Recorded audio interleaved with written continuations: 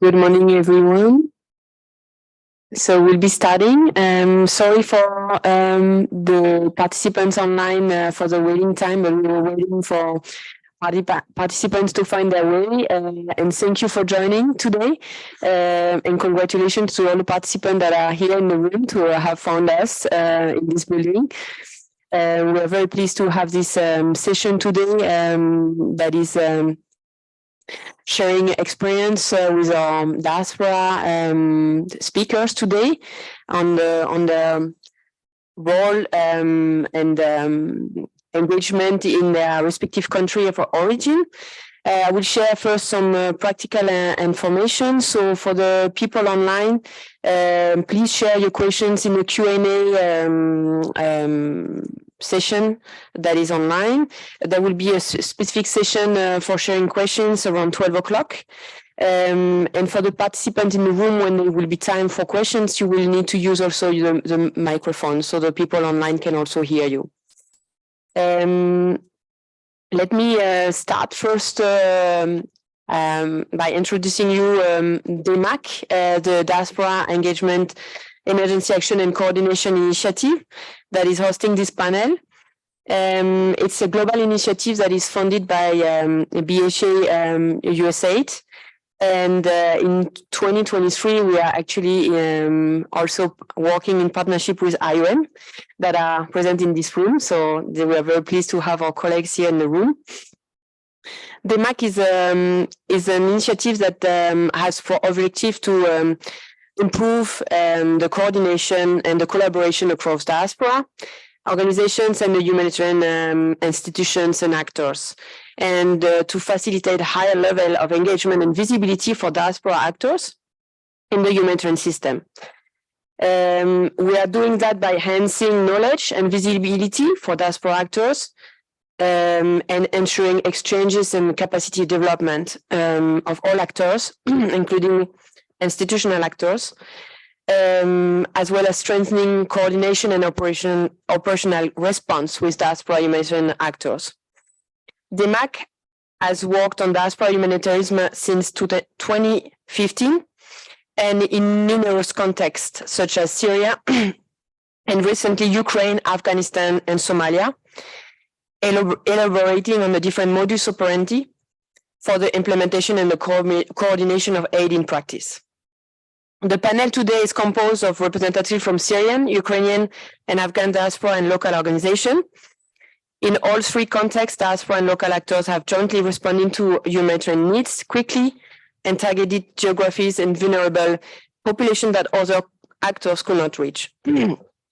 Our speakers today are Safia Khalid from Azil, an Afghan diaspora organization, Dina Volinets from the DEMAC Ukraine liaison officer, Ksenia Bukshina from Tak.TheShtab, it's a local Ukrainian organization, and Fadi Eldairi from Hand in Hand for Aid and Development. I will just recap the agenda. So we will have first a round of introduction with our panelists, and then asking a few questions around the subject of today, that is to share lessons learned from their response in the country of origin and discuss feasible steps to improve engagement with local actors and communities.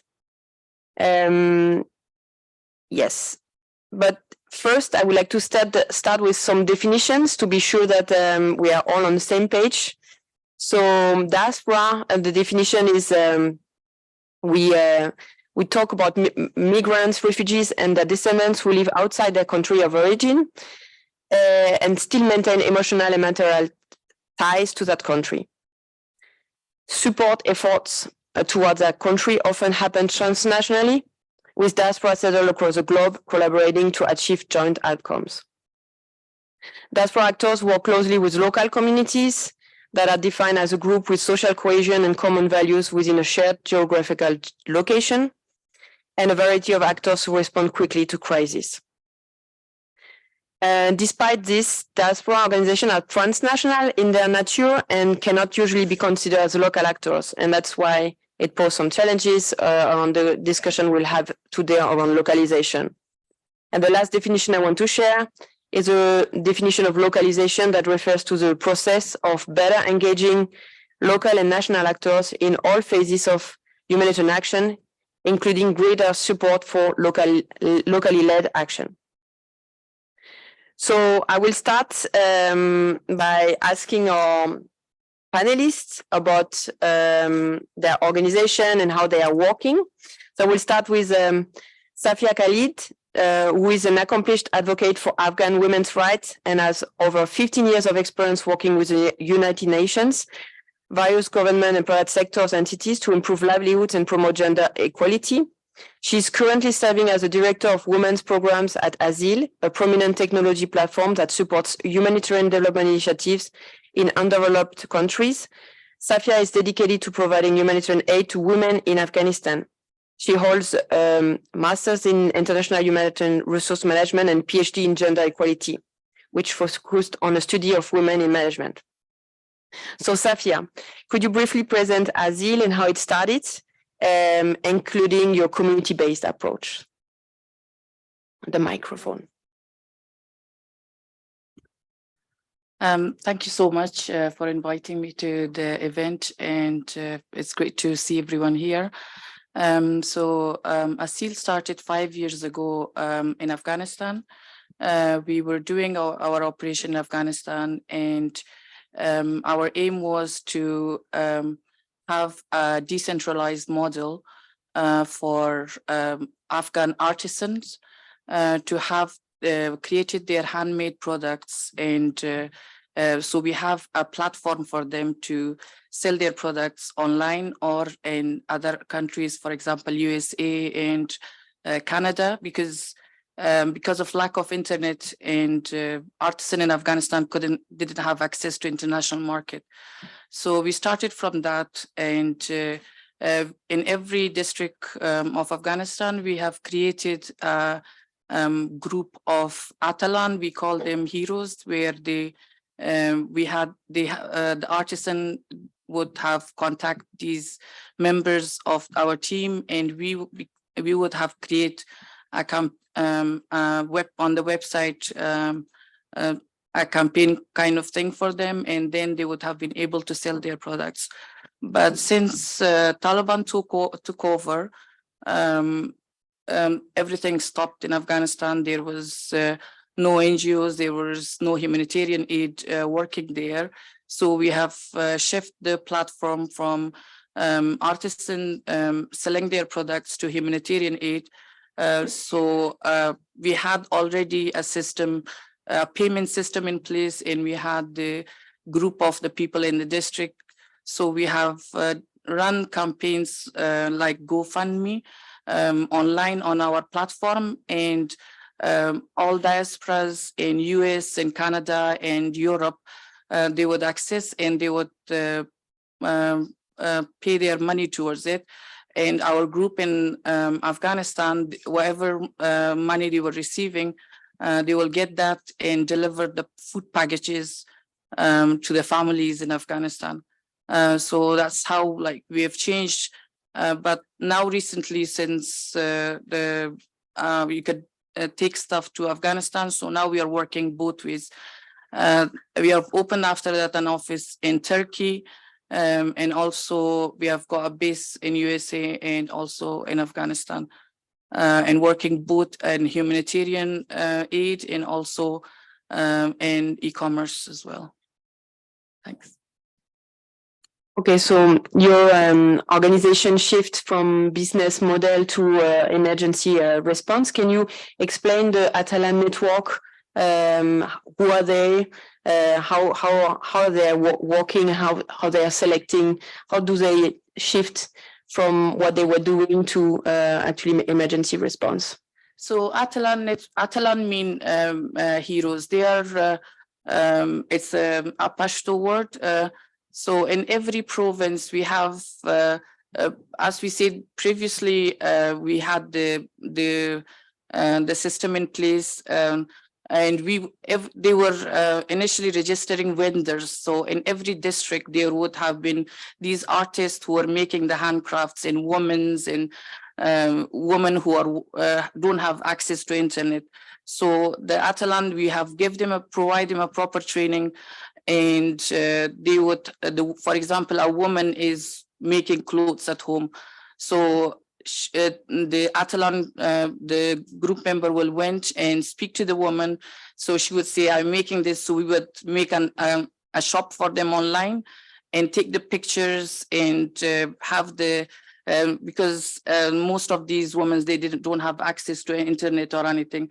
So our member, Atalan member, would know about the internet. He knows the language, and he would have done all these process of registration.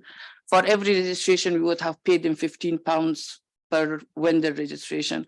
So when the response changed to the emergency response, they would identify a vulnerable family that in this district, for example, in Badakhshan, there is these families who don't have food to eat. There is disabled people, or these women doesn't have any head of family. So they would have came to the Atalan member would go and verify it.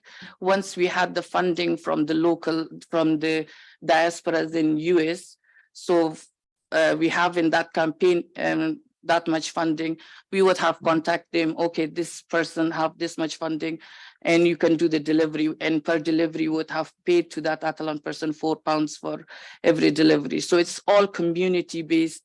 They are living in the community, and they are among that same community, and they will buy the stuff from the local shops. So we don't have to go to Kabul to do all the delivery to Badakhshan. So the shops are local, the people are local, they identify it. But for the verification, we would have a second Atalan member to do the same check, if that's exactly if the person who has been said verified, and then we would give them an Umaid ID, which to the family which we did help. With the Umaid ID, the family's full information, it's digital and it's registered. We have the access. So as soon as the delivery done, they have done take the picture, and it's the same as Uber Eats, but in a humanitarian way. Thank you, Safia. This is, we'll get back to you around this community-based approach. Let me ask now Fadi, who is a regional director for Hand in Hand for Aid and Development. In response to the commencement of the Syrian conflict in 2011, Fadi co-founded Hand in Hand before leaving a career in finance in the UK to join the organization task force and lead and establish the organization.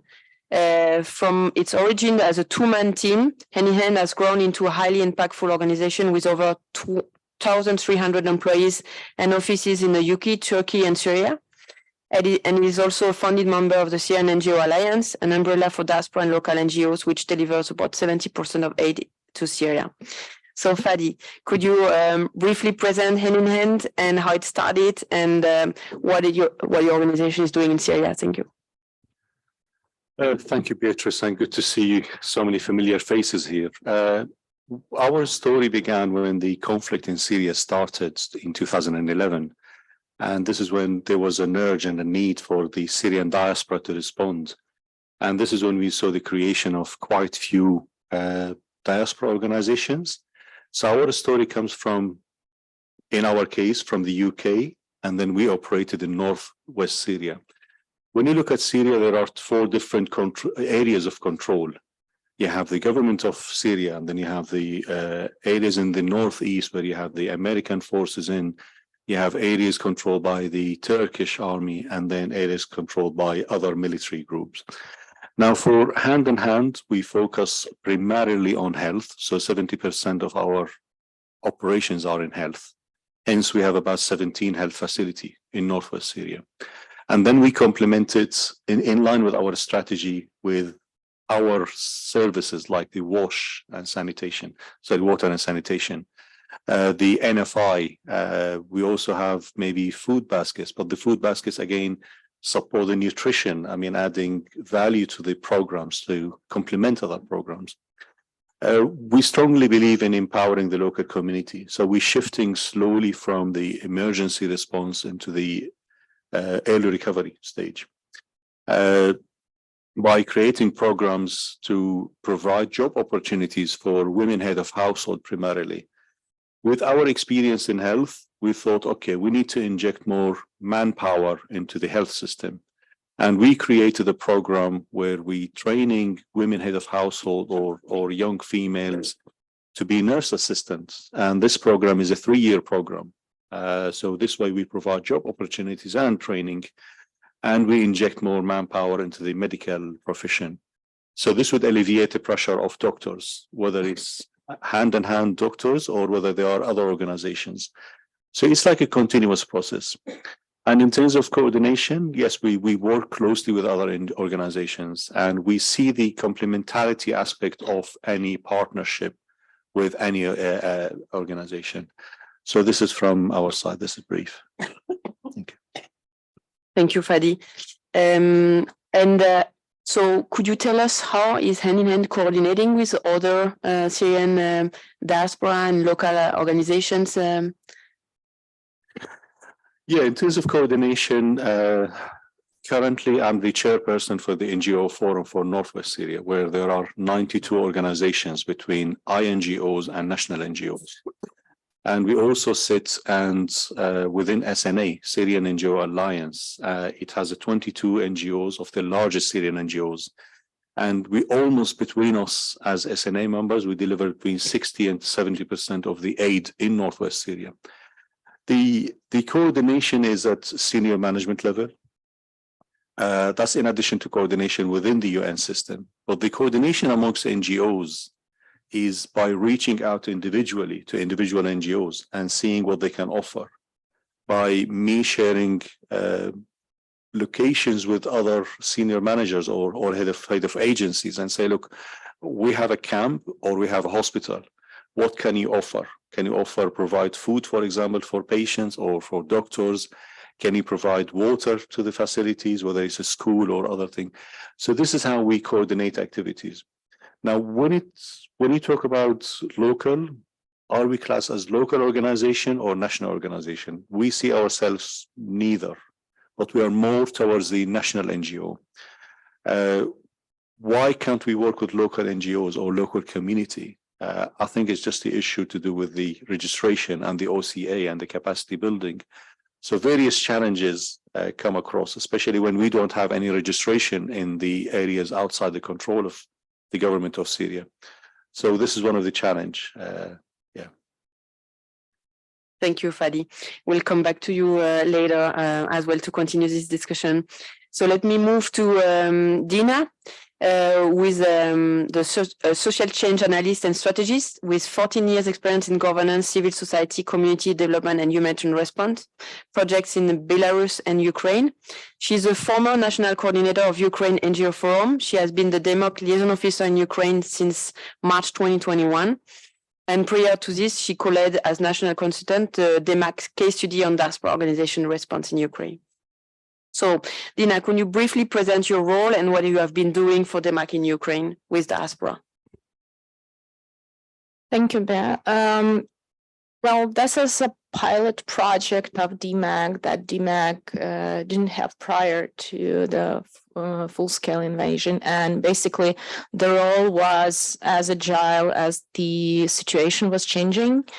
We started like on the, I don't know, 25th of February or something like that with the coordination meetings for Ukrainian diaspora all over the globe. Because at the moment, we already had some links established between local organizations in Ukraine and diaspora organizations outside, based on the case study that we did in 2020. And thanks to that links, first trucks from Denmark, for example, left on 25th of February to Ukraine based on the links that we have established. And after that, we work closely with diaspora organizations, basically asking them what are the needs and trying to assist them in any possible way, from establishing the customs documents, finding lost trucks, But also one of the pillars of DEMAC in general is to raise awareness about diaspora engagement in humanitarian response. And knowing that most of the diaspora organizations work on a voluntarily basis and don't have much time between assisting refugees in their countries, they can't actually attend cluster meetings. So we were attending cluster meetings in Ukraine in order to present diaspora's activities and their impact, but also to get information from clusters, digest it, and provide the necessary one for those diaspora organizations bringing something to Ukraine. In a few months, we understood that diaspora organizations, same as local organizations, need capacity building, and we also understand that they don't have time for that. So we switched meetings in between. We switched to the biweekly coordination meetings. And in between, at the same time on Thursdays, we had short workshops because people got used to that timing. And so that they don't find another time in their schedules, we would do that at the same time. And this was about volunteer management, burnout prevention, core humanitarian standards, and others, but also explaining how the humanitarian system works. Humanitarian lingo, abbreviations, all the cluster details and everything. And we also managed to link a lot of diaspora organizations with locals, with those locals that work sustainably, but also have access to not only to one village or not only to one hospital, but mainly to the huge networks of hospitals, organizations, people all over Ukraine, so that the response of diaspora organizations would be better coordinated, but also better and effective. Yes, and can you tell us more actually about those links between the diaspora and the local actors, and how did it happen and what came out of it? So basically, this is something that happens here for the third day already. Like people just meet each other and talk. Sometimes it was like based on specific case, we got the request from local organizations looking for some kind of support, but sometimes it's also diaspora saying that we have people, let's say in Great Britain, bringing money. We need to spend it properly, and we want to see the accountability of local organizations. Who would you rather suggest? And we do not provide funding to local organizations or to diaspora organizations. That's why we can't, like, I don't know, conduct another due diligence process to verify those organizations. So we were using the networks of OCHA and other donors to choose those organizations that were already verified by somebody and not to impose another checkups for them. And this was about networking, like a lot. But also we have at the meetings of clusters and intercluster meetings in different regions, like Lviv, Dnipro, Kyiv, we also saw some requests coming there, and we were forwarding them to diaspora organizations and have some of them covered. So it was like very based on the case. Thank you. So we will actually then, this is a nice transition to shift to Ksenia Bushina, who is a Ukrainian journalist, gender communications expert, and women rights speaker, and founder of the local Ukrainian NGO Tak.TheShtab, which is a humanitarian center established on February 25th, 2022, based on the online edition for responsible mother Promom and an NGO Institute of Constructive Journalism and New Media. Their mission is to provide sustainable material and psychological support to mothers and children during and after the war in Ukraine. So Ksenia, could you briefly present your organization and the work you are doing in Ukraine? For sure, and if I'm not doing that briefly, please let me know. So thanks, Beatrice, for the introduction. I think that is quite clear about what I'm doing, but I would like to start with a story because I never worked with a humanitarian response till the full-scale invasion, because we really should remember that the war in Ukraine lasts for 9 years.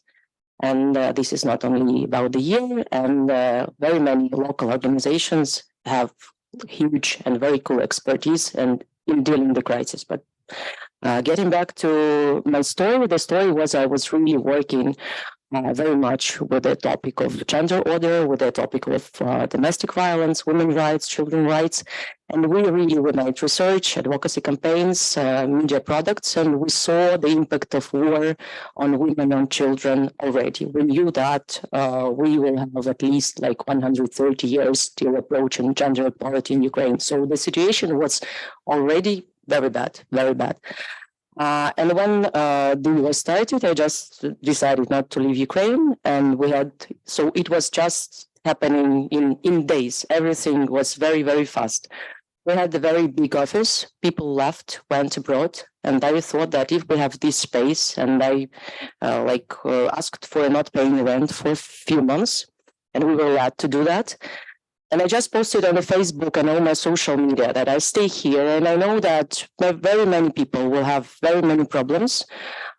People were leaving country, leaving their elderly parents without support, animals, children, lots of stuff. So we just took everything everybody was giving and started to deliver. It was everything. Like in one day, we, for example, had to take medicine, something for the army, 100 kilos of frozen chicken, and all the things. So it was like something crazy. And in a few weeks, my friend called me. She owned the shop of goods for moms and kids. And she said, I'm leaving the country, unfortunately, because I have kids. And I don't want to deal with that, to sell that. I'm like in depression, please take that and give that to people that want that. And that's it. And we just posted the message on Instagram of one of our projects, the media for parents, for moms. That was the time when the UN published their first rapid assessment reports.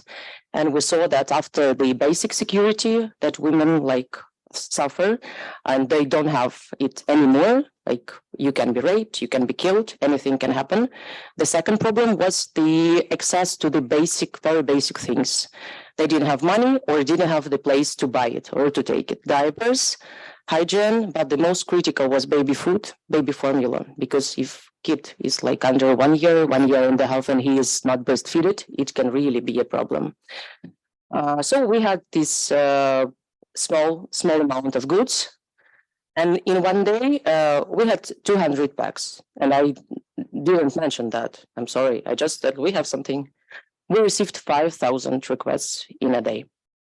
And that was like the crucial moment when I understood that I just can't tell them that, I'm sorry, I don't have it. Let's meet after the victory. I don't know, one day, come when we have money. We didn't have money. We had nothing. And we started to do that. And actually, this is like the main thing I wanted to stress, because very many Ukrainian local organizations, especially said after the full-scale invasion, they made absolutely fantastic things. And I can really speak for hours about that.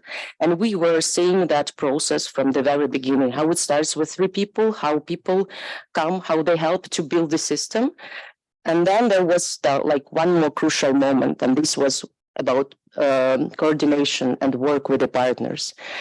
Because for the first 3 months, we were just giving this response, not thinking about if we like it or want to do that. We just understood that we should make more boxes. We started with 20 boxes a day and then finished 500 boxes a day. So now we can pack 1,000 boxes a day.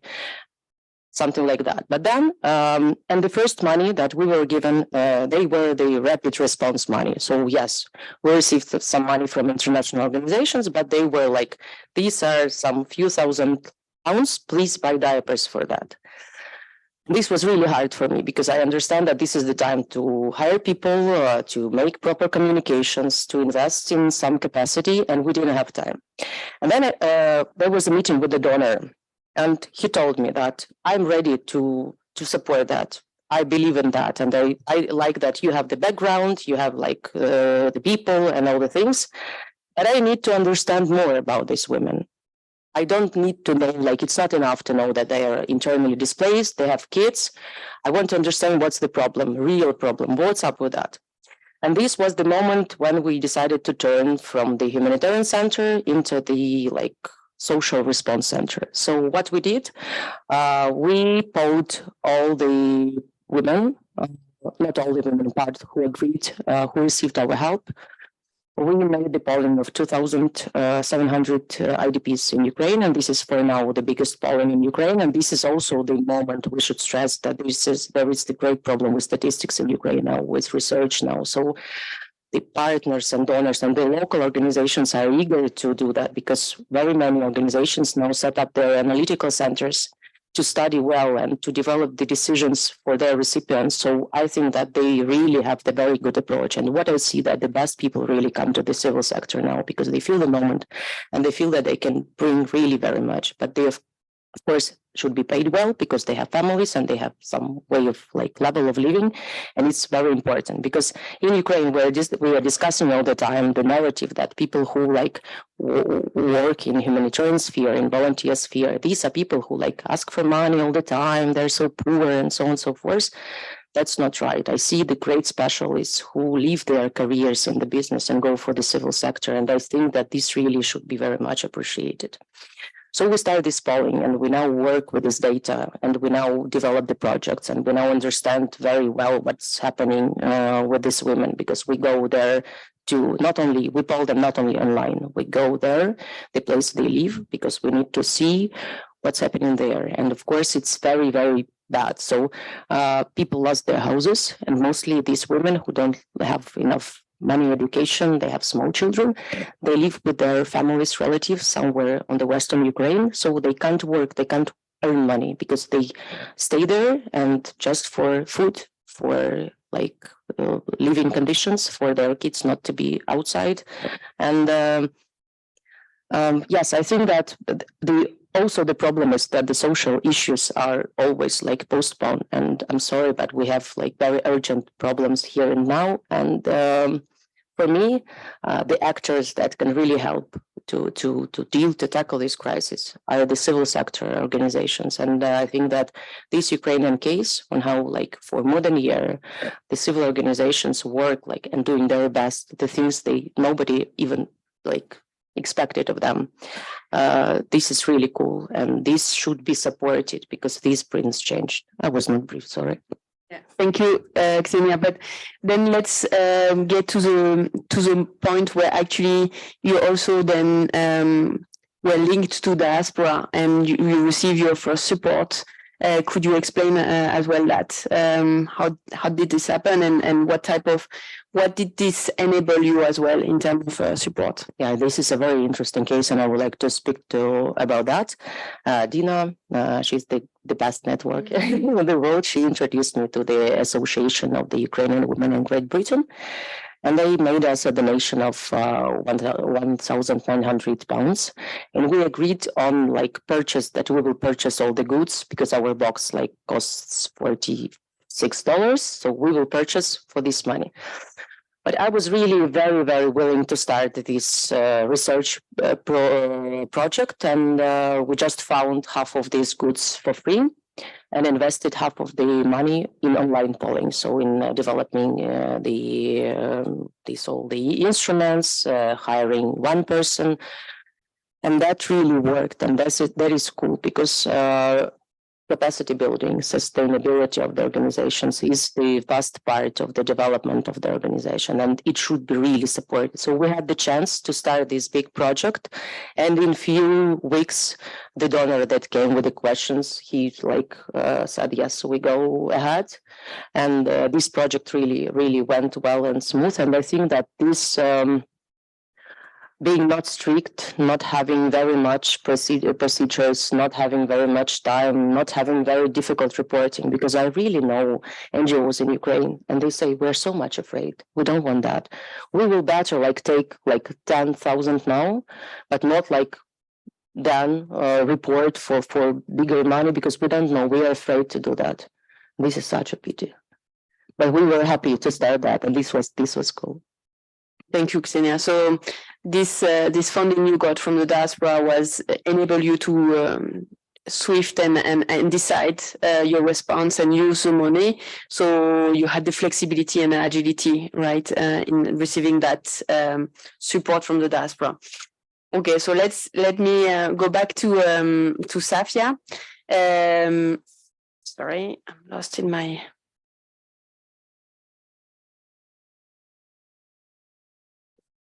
Yes, and yourself as well. It's also interesting the collaboration that Azil did with other diaspora around the globe. So could you tell us about also the collaboration that came between you and the other Afghan diaspora? Yeah, we did have a collaboration with Women for Afghan Women. When the Taliban took over, there was no system in place for distribution. So the organization contacted us if we can do the distribution for them. They had already their employees in Afghanistan, which were in need of help. And also there was an earthquake in Afghanistan and Host province, and some other provinces as well. So they wanted to help those families. So we have collaborated with them, and they have identified families in all those about 20 provinces of Afghanistan, and we managed to deliver the food packages, the emergency packages to family.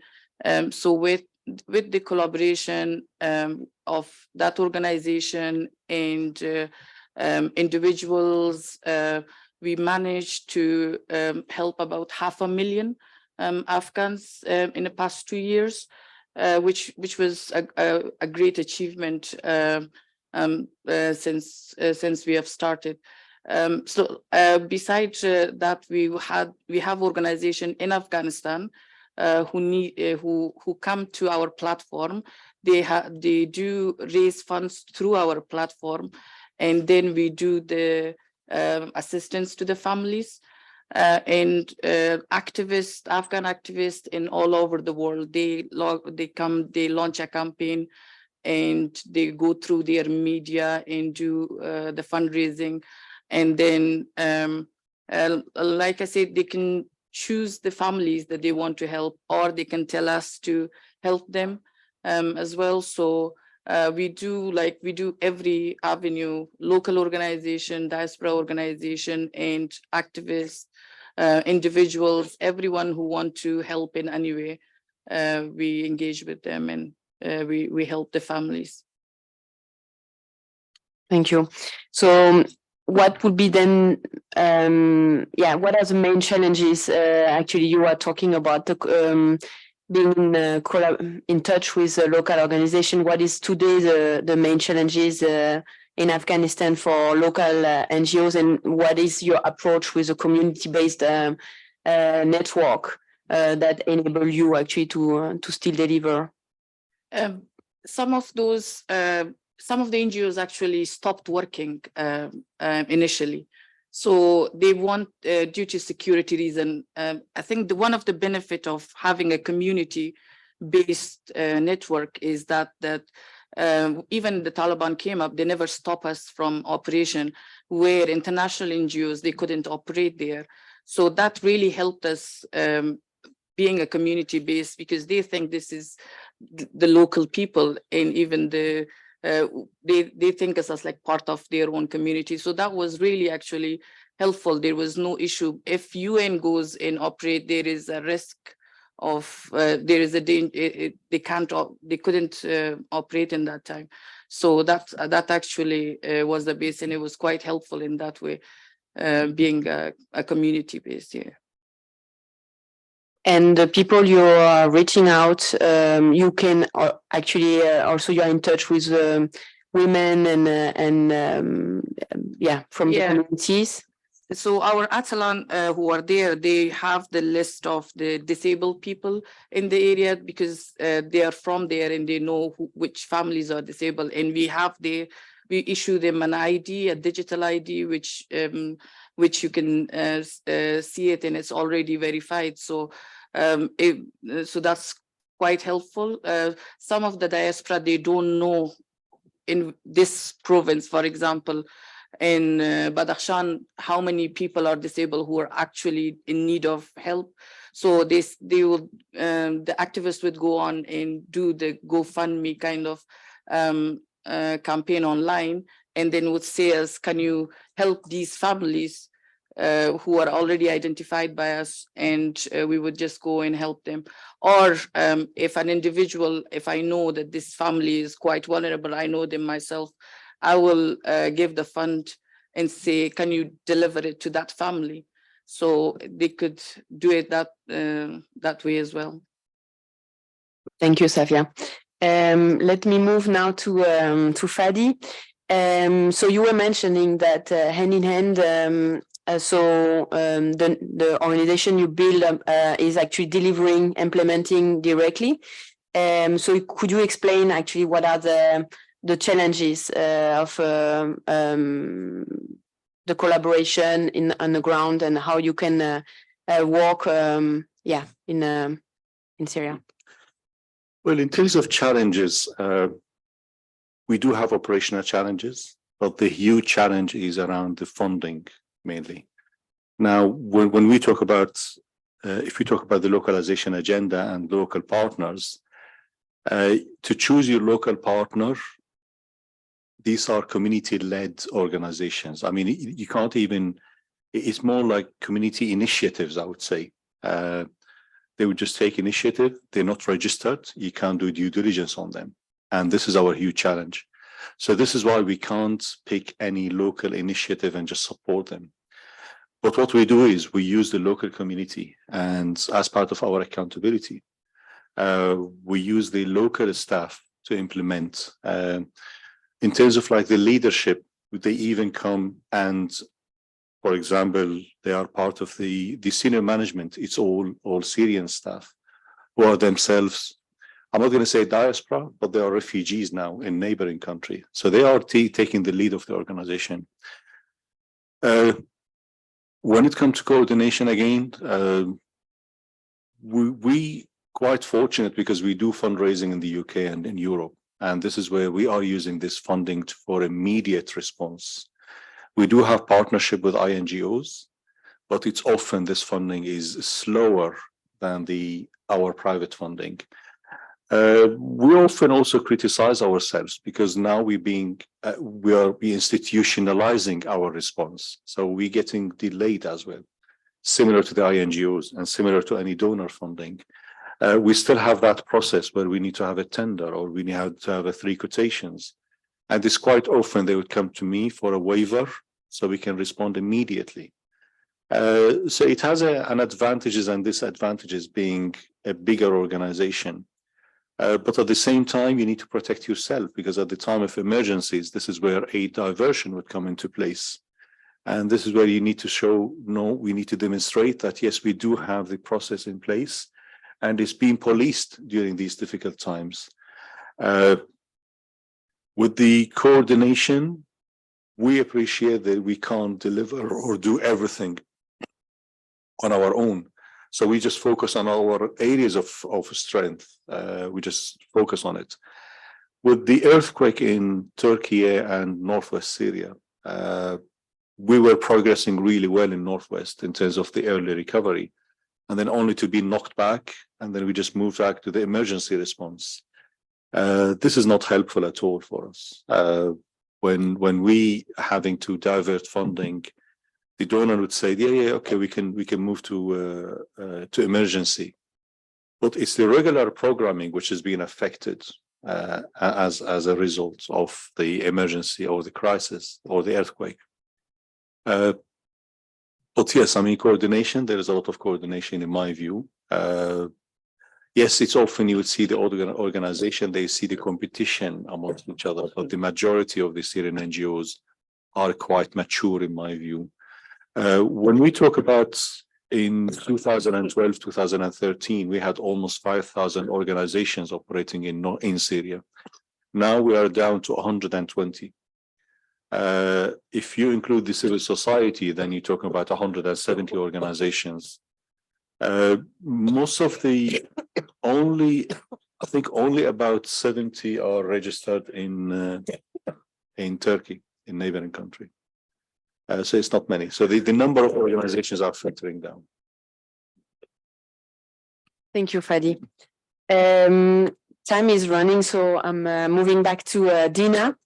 About the collaborations between diaspora and local actors, can you give us like concrete example of these collaborations?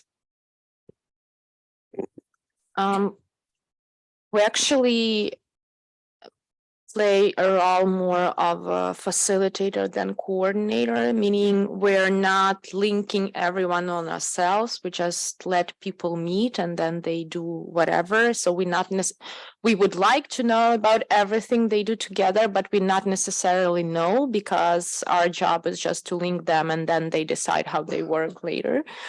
But these were like some of these projects, they were so immediate that we were surprised by ourselves, because if an organization like local one would like to have something from an international organization, they would have to apply for the funding, go through their due diligence. This would take like from 3 to 12 months. And let's say they just need to change the doors in the shelter, right? And it's too complicated. But also most of the donors, they would like to give some project-based stuff that they can count, like food kits or something. You cannot pay by the dishwasher, for example, for the shelter from that stuff. And those cases of cooperation, I would say, between diaspora and Ukrainians they were amazing, because, for example, we have DEMAC Ukraine in Denmark, and we link them with the biggest rehabilitation center in Ukraine, in Lviv, and we were not even informed. I saw it on the news in Lviv that basically one hotel in Copenhagen was renovating the whole hotel, and they donated all of the furniture from the hotel to this rehabilitation center in Lviv, and Bivar just delivered it, and they even paid for the delivery. So if one would imagine that they would have to apply for this stuff to get it from the donor, that would like huge amount of money, but also very long time. We have another one when we linked the shelter in Ukraine with the Ukrainian diaspora in Spain, for example, and they arranged a rock concert there to fundraise for the shelter, to have it like the walls painted and doors changed. And this is, again, something that you need right now, because people are already there, but you're not able to do that like with the application process and so on. So we have some of the organizations also now through working with local organizations, having MOU with the ministries, like Ministry of Health or Ministry of Social Policy. And that was also the result of the coordination and communication through DEMAC. Thank you. And what would be then the lessons learned you can see from those collaborations? What did this enable the local organizations to do? I think what's more important is that, as Ksenia already mentioned, that diaspora organizations are so flexible in the funding that they actually provide room for local organizations to plan and to actually spend money on something more sustainable and important, while covering all the necessary things right here, right now. And this also helps local organizations a lot, even to cover some expenses like admin costs or audits whatsoever, which is not included in the projects that are funded by international actors. So definitely this is flexibility that diaspora provides, but also the level of engagement coming from diaspora organizations, that they are so linked to the case and feel attached to the case that they literally would do anything. Like they will go from church to church in Great Britain asking for money to have diapers delivered to Ukraine. This is something that actually feel like partnership, not the donor relation with the recipient, but as a partnership. And I think that's something very important. And it's a pity that diaspora is not being recognized as a stakeholder of humanitarian response globally. And we have a lot of things have to be made on that field. But I do think that even if we're counting the money that diaspora brought to Ukraine, this is like huge amount of money. And I think we should value that a lot. Thank you, Dina. So let's move back to Ksenia. Actually, there is also another part that is interesting with your local organization is a partnership that you did with a business network in Ukraine to enable you to actually deliver. Could you tell us more about it? I really very much believe that business can play a great role in helping to tackle social problems, and we were doing that before the full-scale invasion because we had the project on how domestic violence impacts children witnesses to it, and we had the project in Ramadas, and it was already supported by some local businesses. But in our shtab, we had the very nice case, and I want more such partnerships this year. We have the national post operator, I would say. It's called Nova Poshta. It's the commercial one. It's super efficient. It's like the rocket, and all the Ukraine was sending everything. All the small businesses were working through this Nova Poshta because it's like it makes it everything in a day maximum. And it took us really very much time in the beginning to pack the boxes, to register them, to send them, because we were doing that like a clients. And then they step by step offered us some additional options, like they gave us the machine to print these pieces to put on the boxes in our office.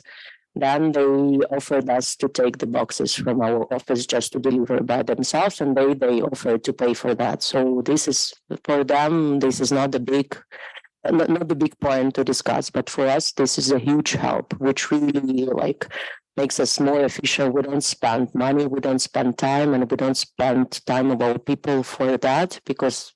And I hope that we will show some great stories this year with businesses. And I really believe, and we really also work, and I think it's very important to stress also for all people working in the civil society sector that unfortunately we're not only tackling the problem, we first need to create it. So we need to name it, and we need to say that this is a problem. Yes, maybe you don't know, but there are like millions of IDP women. They lack money. You can go and help them. And lots of businesses can help, and they can be working on some projects to hire women because there are some businesses and plants in the regions where they moved. So we can do something together. And so we advocate the narrative, speaking to businesses, that this is the time, yes, you need visibility, you need awareness, you need promotion. But this is a time to invest in other things, and they will show you the better effect you can really expect. Because people in Ukraine, we should understand that the mindset also changes. People change, and people will wait from the commercial sector proactive reaction to the situation. So some businesses, of course, these are big businesses mostly that care about social responsibility and have people and some departments on that. But still, it can be done, and I believe in that, and I hope that we, together with another NGOs, will show some good things this year. Thank you, Ksenia. So now I will stop asking questions to the panelists, and then I will give the opportunity to the attendees here in the room and online to actually ask questions after hearing the experience from our panelists on their collaboration and engagement with diverse and various actors, such as businesses and communities, local actors, diaspora actors, partnership. So if anyone in the room wants to ask questions, maybe we can start with the one in the room and then after move to the questions online. Don't be shy.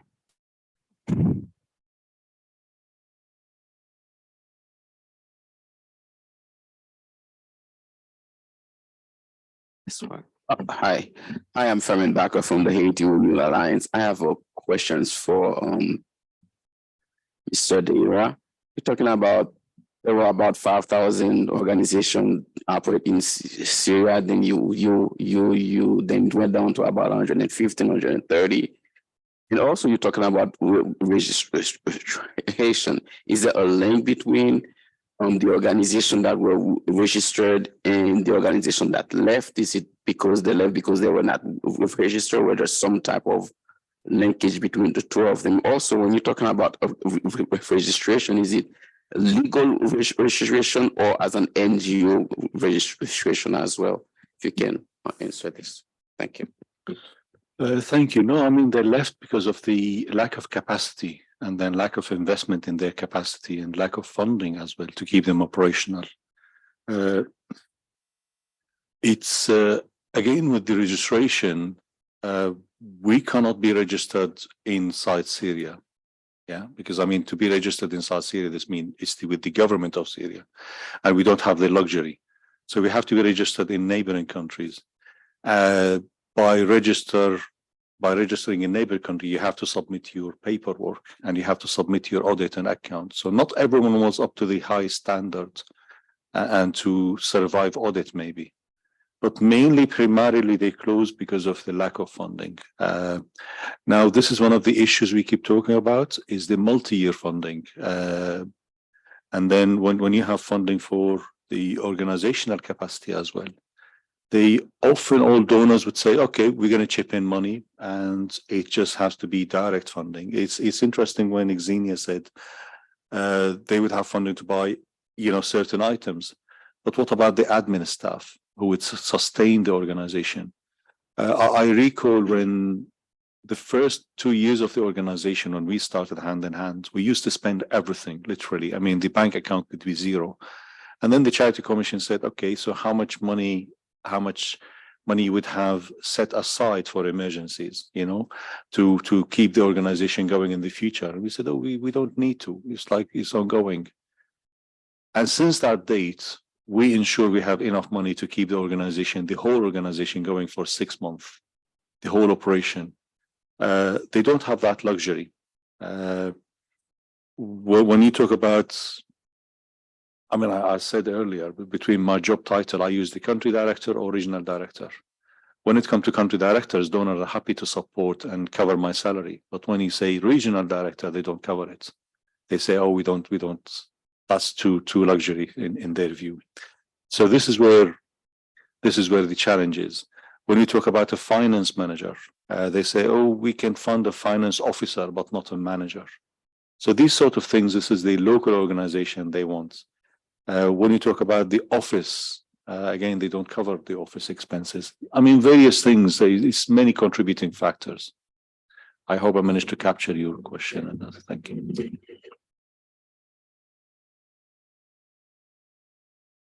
Hi, my name is Anna. I work for START Network, but I worked for many years in the Syria crisis in a similar organization to Fadi's organization. So yesterday I facilitated a session about the barriers for local organization to receive direct funding. And at START Network, we are very, very keen and very active on localization and shifting power to the global south. We work in Afghanistan, setting up a humanitarian hub.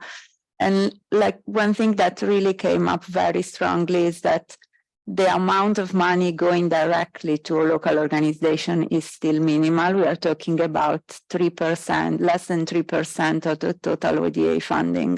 And it's a percentage that is going down. So this is an alarming indicator considering all the discussion and all the advocacy that is around this topic or about the grand bargain. And it's really about, we've been talking about this for years and years and nothing has changed. And it seems like we are a broken record talking to each other.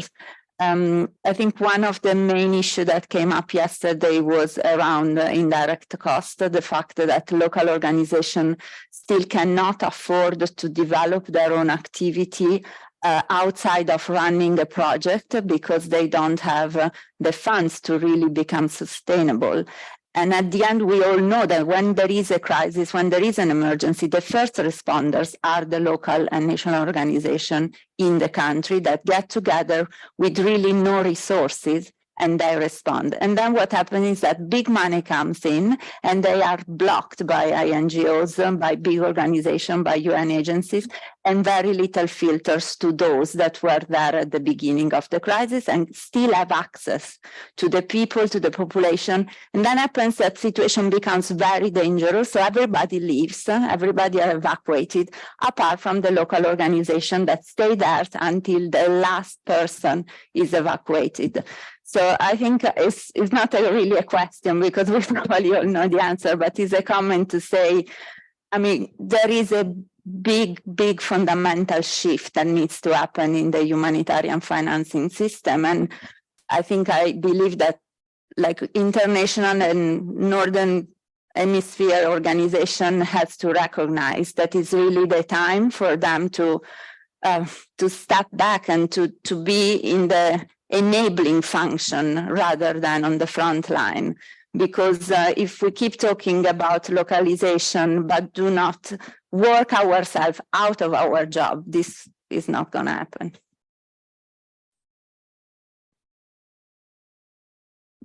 Thank you for the comment. I mean, Dina, you want to say something around the... Working with Diaspora actually brings a lot of different insights on what's working and what's not. And if we talk, we just discussed it over the breakfast that, for example, in Ukraine, most INGOs, including those giving grants and the pool fund, they actually request local organizations speak English and not speak Ukrainian.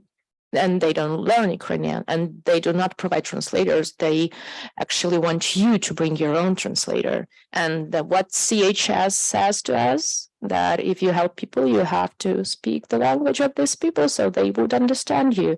And that's why Diaspora actually a great stakeholder, because they have knowledge and context of different countries. They speak Ukrainian, they speak English, they speak, I don't know, Portuguese, German, whatever. They have knowledge of context in Ukraine, so they are able to help Ukrainians, but they also know the context of the countries of the residents, meaning they can help refugees in those countries. So this is like lingo barriers, not only the humanitarian lingo, but basically the language of the country that you're present in. I think Diaspora is a great example of why it's working. Thanks. I think there was a question there first, no? Yes, if you can use the mic, thank you. No, it was maybe just so Jean-Pierre from HI, Handicap International, Humanity and Inclusion. So we work in Syria, we work in Ukraine. So just coming back to the subject you raised, we maybe have to talk a little bit about compliance, because for sure there's the language the donors are speaking that the local organizations need to know. So maybe there's something like I will more transform in a link between what we are doing, what you are doing, and what the donors can fund on the ground. So maybe it's more something we should do all together so that we can comply with the localization strategy, which has been decided by the main donors we are funded by. So it's maybe just to try to connect all the initiatives that we are taking on the ground so that we can pursue all the activities we are doing, even if it's in emergency and sometimes in post-emergency or development. Thank you. And thank you for the presentations. Yes, we have some questions in the back here. Then you need to get a mic.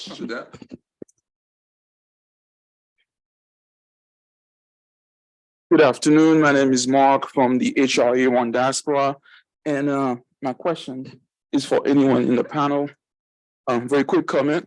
I think it's a very good point regarding diaspora, rather local organization capacity. When big money comes, it's very difficult to spend that money within an amount of time, because you have the restriction from the donors. And it's become very difficult from an administrative standpoint to do that. And I think that's what the implementation of the Green Bargain is addressing. It's very important that we look at these structures so we can facilitate local organizations to make a bigger impact.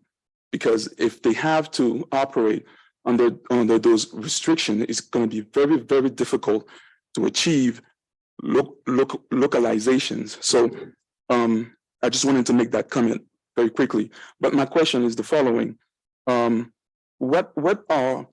is there any mechanism, or are there any mechanism in place that could increase direct funding, quality funding that you know of towards local communities, local organization? Could you speak of that? Can you start? Yeah.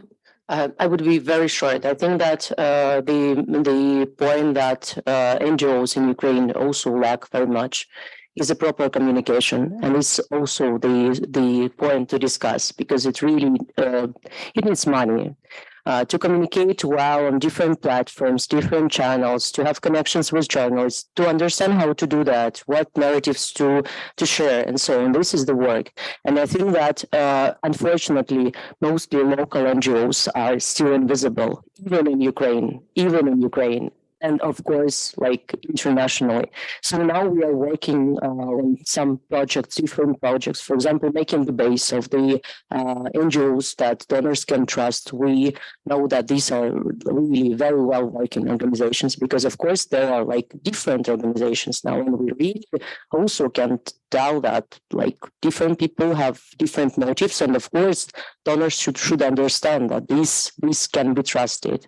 And that's why now word of mouth actually works. Like we just recommend people, somebody goes, but we don't want to do that. We want to have some base where the donors can go and see all the information in English, check the websites, check the reporting, and so on. So I think that like we should really work on the visibility. And for me, these people, these are like the new heroes. I don't want to look at some singers and somebody now when it happens. I want to hear more about these people and the great things they do, because this really empowers other people, young people. We now work with the volunteers who are 20 years and 18 years, and I'm so much shocked.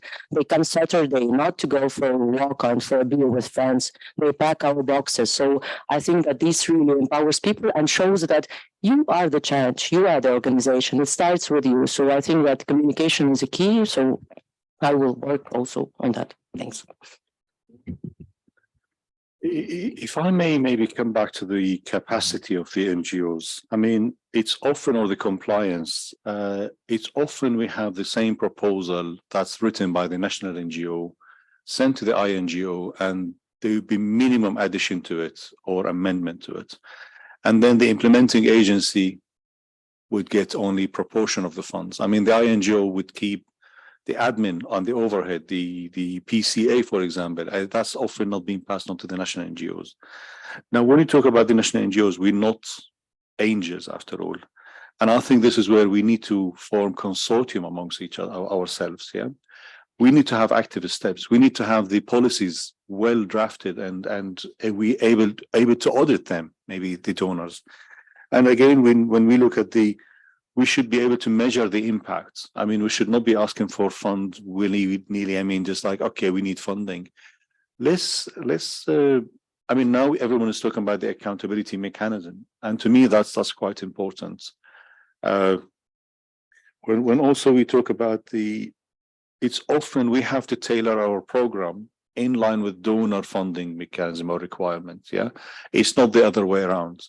And that's why we need to be involved when the donors set the strategy, their funding strategy. I mean, currently it's the opposite. So various things which we should, again, I mean, with the OCA, the organizational capacity assessments, the national NGOs have had enough with the INGOs coming in and doing a needs assessment. What we are doing in Turkey, so now I'm putting my NGO forum hat on, we're trying to unify the OCA. So if we've done one OCA for one INGO, then it should be used by the other INGOs without mentioning names. It should be standardized as much as we can, and then put the others, maybe the remaining, as annexes. So these sort of things I would like to mention. Yeah, thank you. I would add a little bit. Oh, sorry. That's fine. It's just to add to what Fadi said, like, we talk about international organizations getting requests and forms filled, but how many organizations, INGOs, for example, or donors, care to provide a proper feedback on the application form that was actually not fulfilled right, or the idea was not correct. So basically, most of the organization can send same application or different applications for 10 years to different donors and never get proper feedback, and they even don't know what was wrong. And if you care to provide a proper feedback to the form that was sent, to the application that was filled, you actually raising their capacity because you're telling them what's wrong. So this is something that could help a lot. But this requires time and capacity on the side of the donor. So maybe you put people that not only checks the technical stuff on the application, but actually able to provide a proper feedback. Thanks. Do have a question for Safia. Cozy Joseph from the Gascoigne Clergy Foundation, and I'm here representing that organization as a member of the HRE1 Diaspora. So first of all, thank you very much for this really wonderful conversation. Safia, I do have a question for you. So you talked about having built a autism platform in Afghanistan. And I asked this, and I find it very pertinent because, you know, usually what I see in our responses is that the women are at the heart of it. And I also met with the Women Chamber of Commerce a couple of weeks ago in Haiti, where they literally had the same use case, where they had their products but could not really distribute it because, you know, they didn't know how to or couldn't connect with the right people to get it, and they have the product, or they need the product to build what they need to build and couldn't really have access to the suppliers. So I see that a platform similar to yours would really be beneficial to this group of women, and I really love the idea that you evolved it from an e-commerce platform to a humanitarian platform too. Have you considered scaling globally to other areas in the world that have identical issues that it's solving? We have already spoke with Tunisia government, so we are in Tunisia, and also we are currently working in Turkey as well. So we are having the platform launched in Turkey to take their products to US and Canada. To sell it there. With starting the program initially, we were actually looking at enabling the women to develop their own selves instead of relying on humanitarian aid. So that gives them an opportunity to work and earn at the same time as well. And with the humanitarian aid, those are the people who are really affected as well. So through the humanitarian, these women get help as well. But it actually helped a lot of women. And also without women, there is like orphanages in Afghanistan there are women working there. There is different places where women are working. So all of them has an opportunity. It's just we need to make it more visible, and it actually helped a lot of people. There is not for Afghanistan, the e-commerce, there is not many places available to take their products to another countries, and that's our drive, like to help all these women, all these families, these orphanages, these community to have their businesses abroad, and they have the sustainable. ultimate goal is to have it sustainable for them so that they have regular income and they don't have to wait for the humanitarian aid to help them. And for these women, maybe you can give me their details and we can contact them and try to sell their products for them. Once again, some connections happening. We had also another questions, please. Hi, Elise Shea, Research Manager with Ground Truth Solutions. We collect perceptions of the people affected by crisis and have had projects in Ukraine, Syria, and Afghanistan. What I heard from all of the panelists was that, I mean, this is kind of obvious, but that local organizations or diaspora communities are largely left out of these decision-making coordination bodies or are not recognized as a key stakeholder. What would you say? And then maybe this is linked to the comment about humanitarian financing. If we get that act together, then those local organizations who will have hopefully more financing will be the ones at the table and will be better able to represent the views and the needs of affected communities. But since that's not happening tomorrow, what should we be doing now to better involve local organizations and diaspora communities in these decision-making bodies? Or is the strength that they are on the periphery and they're not burdened by the bureaucratic system and they tap in as needed and don't have to kind of deal with that structure? Thank you. If you don't mind, I'm going to take it and talk about this Syria scenario, which for me is like I would like to see everywhere else. We sit at the SSG, for example, the Strategic Steering Group, alongside the other UN at the regional level. And again, with the local organizations, we sit at the HLG, the Humanitarian Liaison Group, which is the local UN. We also sit at the ICCG, the Intercluster Coordination Group. We regularly, for example, next week, no, in 10 days' time, there will be the senior official meeting taking place in Berlin. That's with the various governments sitting down. So the NGO community, the Syrian NGOs, some of us representative will be sitting side by side, and then we have a talking session. We will have like a 10-minute speaking or as a speaker during that session. So we are heavily involved with the decision making. However, it does need improvement. I mean, when I said earlier, we're not happy with us tailoring our programs in line with donor requirements. It should be the donors tailoring their funding mechanism in line with the local NGOs. I'm not saying local, but I mean, let's say the NGOs in operational, let's say in Syria, for example, or Turkey. So this is how I would like to see. We'd like to see improvements, but currently it's going really well. And it would be nice to have the same implemented everywhere else. Thank you. I can add a little bit. It was very nice session yesterday morning organized by ICWA. They have a framework to measure localization progress and in different countries, and they've just finished the research, like the study in Ukraine, to measure the localization progress there. And they had tons of interviews with local organizations in Ukraine, but also with the donors. And what is actually says that they see some progress, even comparing to the last year. But they still see that they don't have proper attitude, like coming from donors, because when we speak about the eligibility criteria, we somehow want to see that organizations have humanitarian background.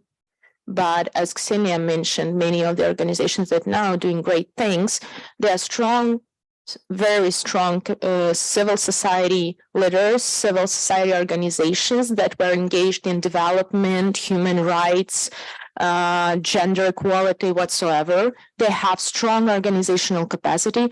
However, they don't have humanitarian response experience just because we didn't have, thankfully, other humanitarian crises in Ukraine. So it's been changed a little bit, but the fact that you have to acknowledge that capacity is not about the experience in proper areas, because this knowledge can be transferable, like CHS, sphere, whatever, you can provide trainings. But if you have already existing organizations that existed prior to emergency response, they, of course, will stay there and they will work in recovery, they will work in preparedness whatsoever. So it's better to measure the capacity of organizations based on the capacity and not the background in humanitarian response. Thanks.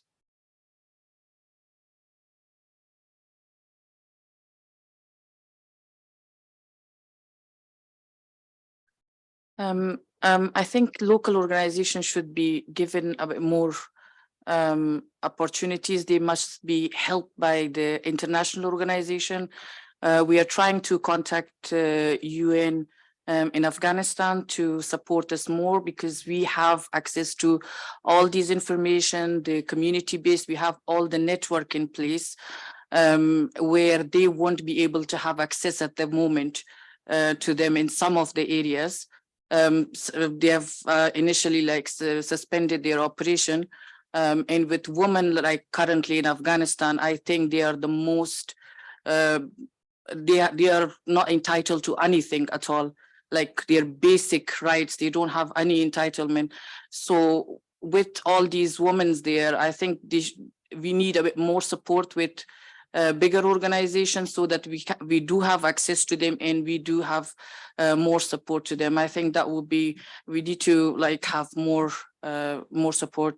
We need to have more coordination with other organizations. I will be very brief. I have 3 points on this question. So the first one is building platforms, networks, connections through different instruments, through the conference like this, through some online events. And this is really the opportunity to hear, to show, to connect, to be all together. And the important point is also not to forget that in Ukraine, there are NGOs that operate for more than 20 years. There are a few of them, but they are quite big and quite impactful. And I know personally the representatives of these organizations, and they are very ready, very eager to attract these small NGOs like a magnet, and to teach, to support, to coordinate, and we make some capacity building programs for these NGOs. And it's great. It works like X10. You invest some small money in their education, and they show the great result in few months. This is the second point. So if there is the problem with the sustainability, with capacity building, with reporting, with compliance, with all that, teach the people to do that. If your kid is not reading, you don't say, okay, you're not reading, you will not go to school, stay somewhere here. No, this is so easy. If you don't want to give money directly, teach the people and then check and then give. And of course, you will be surprised. And the last one is I believe communication is a key. And I see that from how the Ukrainian NGOs use their reputation, social media reputation. We have the big fund run by Sergei Petru. He was the showman, he was the politician. He's very much trusted in the society. And Stephen King posts on the Twitter that please go here and give money here. This is this happened, the magic happened. So I think that it's very important for us all to work with the media, with journalists, just to stress this story that this is critically important for these organizations to be visible, because they help thousands of people. This is actually your job. I think that some kind of not quota, but something like your responsibility for what you're doing in your job like a journalist, because this is also the front line actually. This should be done. Yeah, that's it. Thank you. Thank you, Xenia, and thank you all. Time is running, so just the questions actually online have been addressed. Apparently, so there were similar questions, so they're well done. So we will be closing this panel, and I hope the experience shared by the panelists in this discussion enable you to better understand the work and the way diaspora and local actors are working together and collaborating. Talking about visibility, and that's exactly what DEMAC mandate is to raise awareness and making those actors visible, so that they are also considered and taken into consideration in the humanitarian system. So I actually encourage you to visit our website as well as our stand in the stand 52 in HNPW, and you have all the reports as well that you can get online or here, actually with a good practice guide and real-time reviews and case studies that are actually showcasing the way those actors are working. So by improving the knowledge, we actually enabling those links and coordination. So thank you all, and thank you very much to our panelists for the presentation today and for you attending this session. Thank you very much.